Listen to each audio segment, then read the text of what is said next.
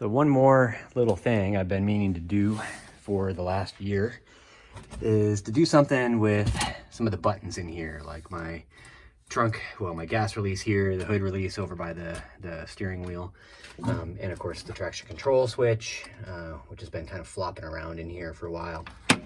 So at a recommendation of another friend in the series, I've installed some momentary switches. They're just real simple little cheap things. You push them and they make a quick contact for each of these guys. It took me a little while to figure out what's what though. So in the case of the gas, it was easy, the gas door, because there are only two of them here. So really all I did is I just use wire taps for now to tap into these things, just because I wasn't sure if it was going to work or not. But I'll be removing these buttons and we'll probably just go ahead and solder in some butt connectors here so that it's secure and doesn't fail on me. So that one was easy. In the case of the stability control, same thing.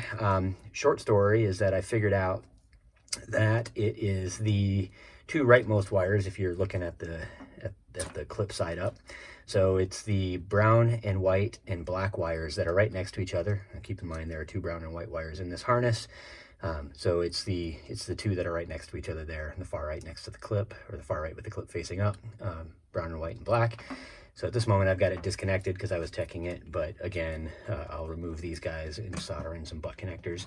And then this guy can just go. The only thing that's left connected right now is the airbag light, which I don't need. It's permanently off and removed. So that'll get disconnected. Over here on the driver's side, we have our trunk release here. So kind of different deal here. It was harder for me to figure out what wire was what, at least via internet searches. So I ended up coming in here with a multimeter, pulled this guy off, and then looked for continuity with the button pushed. You know, it's kind of funny that at least in my version of this guy, I've got a very simple button with a bunch of wires going in. It only needs two. So in my case, it was this black wire over here and the orange wire on at the far side. So so what is that? That is third pin from the right is the black wire with the clip facing up, and then the orange wire is the pin all the way to the left there. So same deal. I've tested this now. Works great via the momentary switches that I've installed over here on my panel.